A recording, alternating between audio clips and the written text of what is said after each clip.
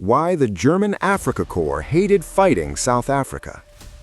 In the burning heat of North Africa, where the desert swallowed men and machines alike, one enemy stood out in the minds of German soldiers.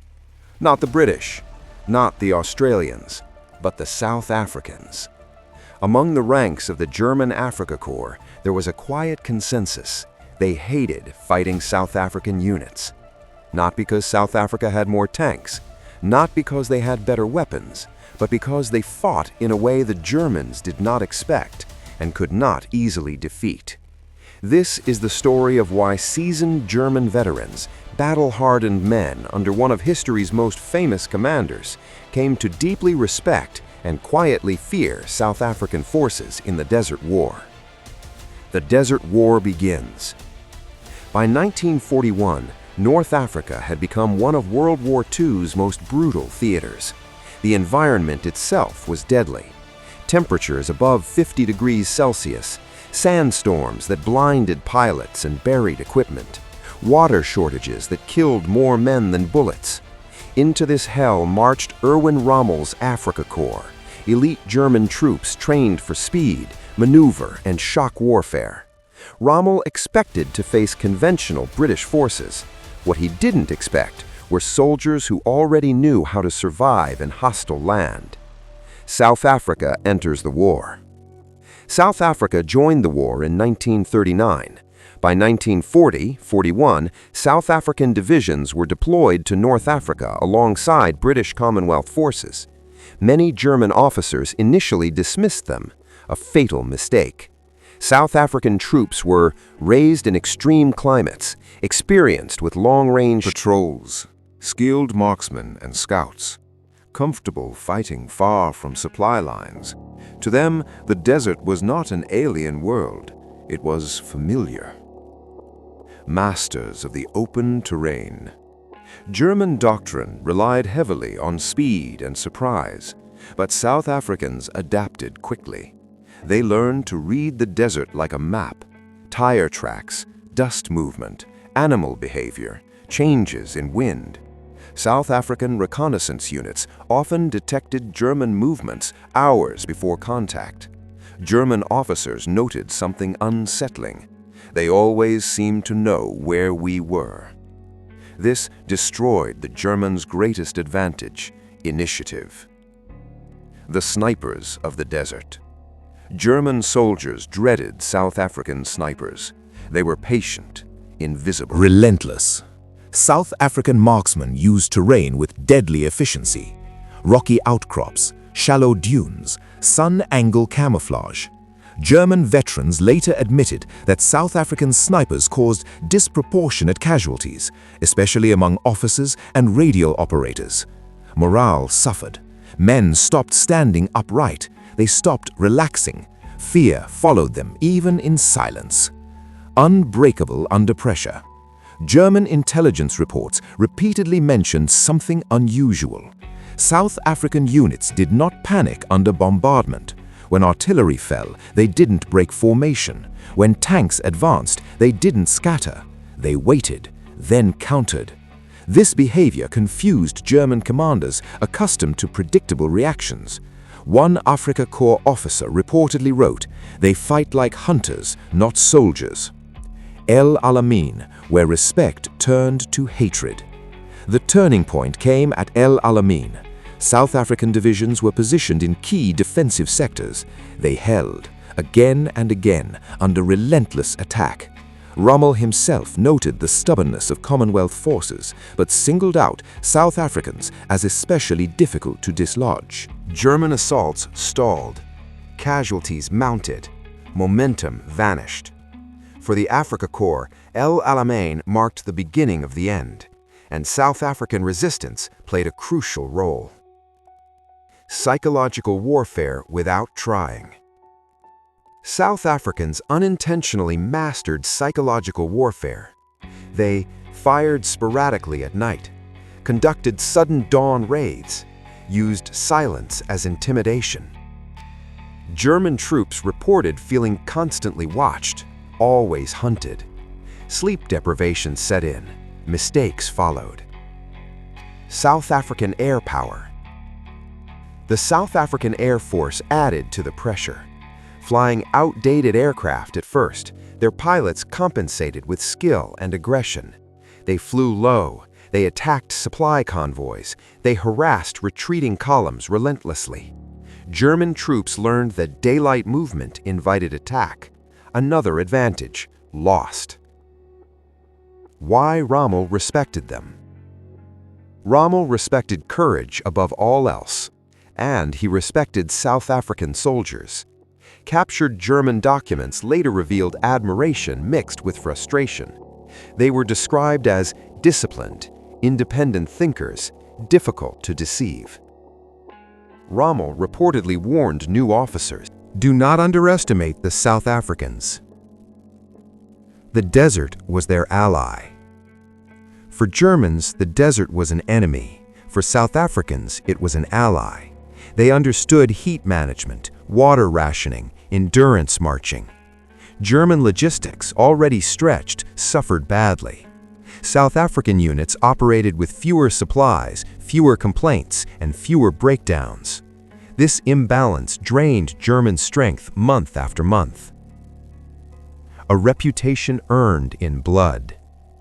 By late 1942, Afrika Korps soldiers openly complained about being assigned sectors opposite South African units. They knew what it meant. Long nights, constant pressure, no easy victories. Hatred grew not from weakness, but from respect, and respect is dangerous. The final retreat.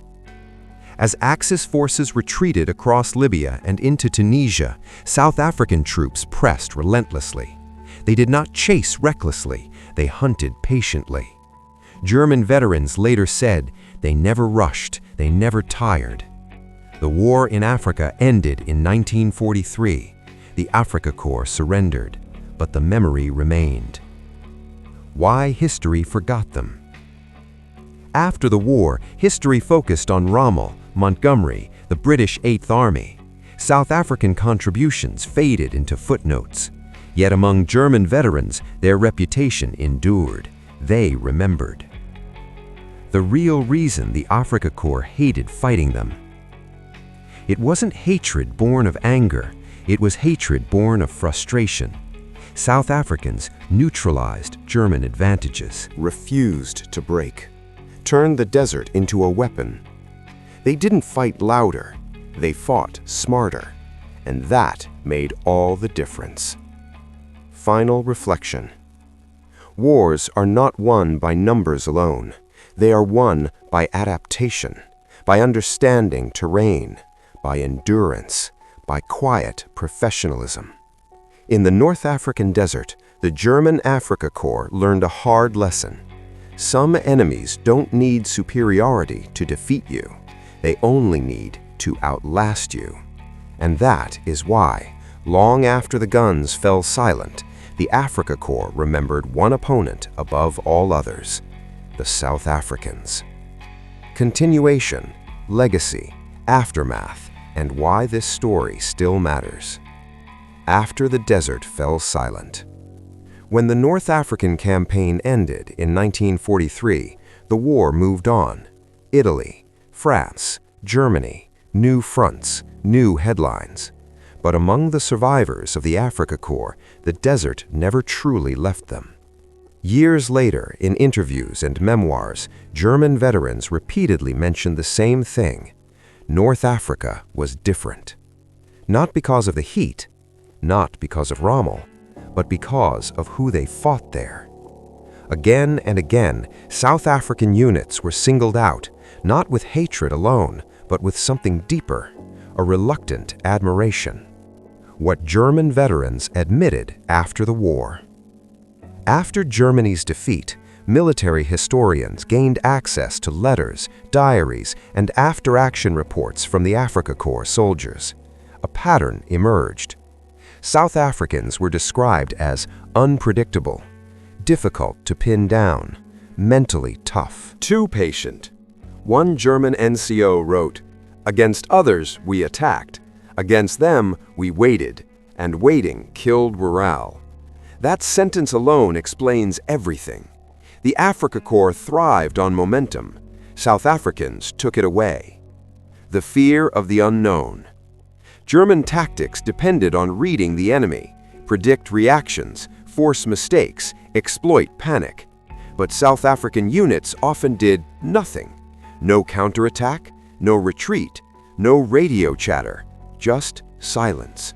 Then, accurate fire, controlled movement, measured response. This unnerved German commanders, because you can't outthink an enemy who refuses to play your game. Why this was so dangerous? In warfare, fear spreads faster than bullets. When German soldiers began believing certain sectors were unlucky, performance dropped. Mistakes increased. Confidence eroded.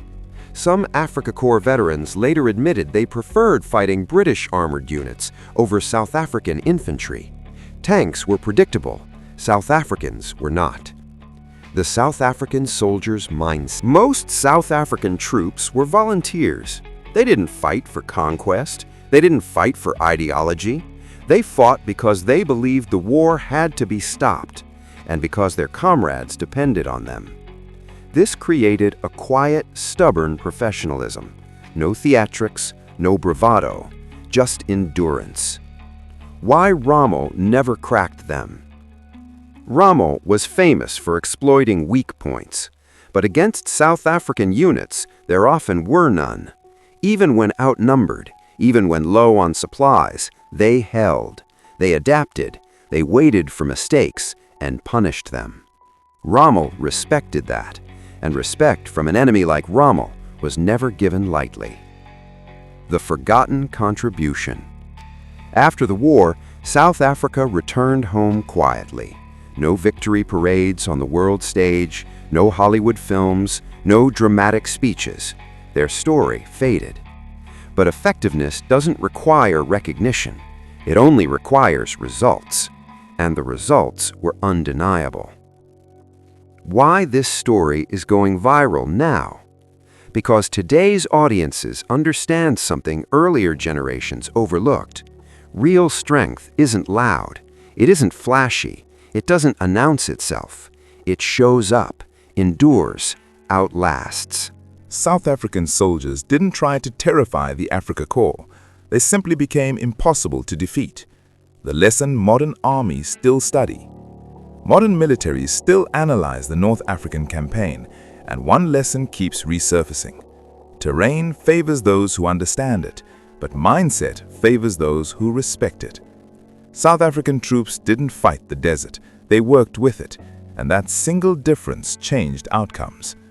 Final truth. The Afrika Korps didn't hate fighting South Africans because they were weak.